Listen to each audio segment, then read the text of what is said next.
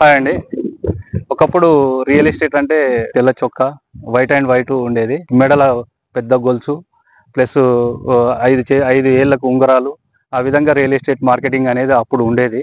దాన్ని ఆ టైంలో ఎవరైతే ఆ రియల్ ఎస్టేట్ చేసే వాళ్ళను ఆ టైంలో బ్రోకర్ అనేవాళ్ళు.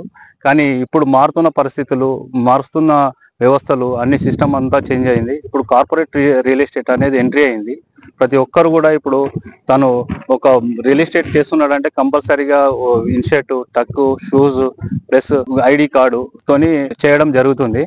కానీ ఇంతకు ముందుకున్న పరిస్థితులకు ఇప్పుడు ఉన్న పరిస్థితులకు చాలా తేడా ఉంది. ఇంతకు ముందున్న పరిస్థితులు అనేటివి అవి గ్రామ పంచాయతీ లేఅవుట్లు ఉండేటివి, అవి ఇంత బ్రోకరైజేషన్ ఉండేటివి, ఇంత పర్సెంటేజ్ మాట్లాడుకొని చేసేది. కానీ ఇప్పుడు అట్లా కాదు, వచ్చేది మొత్తం సిస్టమ్ మొత్తము టోటల్గా చేంజ్ అయిపోయింది. రియల్ ఎస్టేట్ అనేది కార్పొరేట్ రంగం వైపు పోయింది.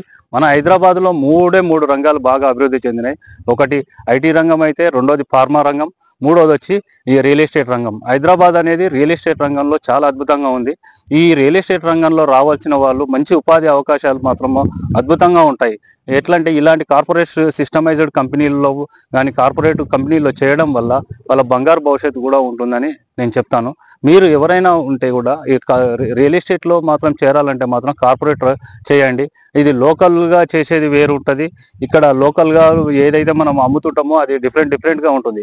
కాకపోతే ఇది ఏంటంటే కార్పొరేట్ రంగంలో చేయడం వల్ల ఇక్కడ టీం వర్క్ ఉంటుంది. టీం వర్క్ ద్వారా టీంల ద్వారా ఒక సేల్ చేసేది మనము కొన్ని వందల సేల్స్ కూడా చేయవచ్చు. ఇక్కడ సపోర్టింగ్ కానీ ఎదగడానికి అవకాశాలు కానీ చాలా ఉంటాయి.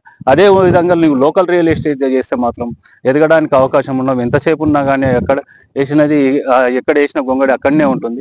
అదేవిధంగా ఒక్కోసారి వస్తుంది, ఒక్కోసారి పూర్తిగా కూడా ఎలాంటి కూడా సేల్స్ రాకపోవచ్చు. అదే కార్పొరేట్లో అయితే టీం వర్క్ ఉంటుంది కాబట్టి ఒక్కొక్కసారి కూడా టీం ద్వారా కూడా మనకు సేల్స్ రావడం జరుగుతుంది.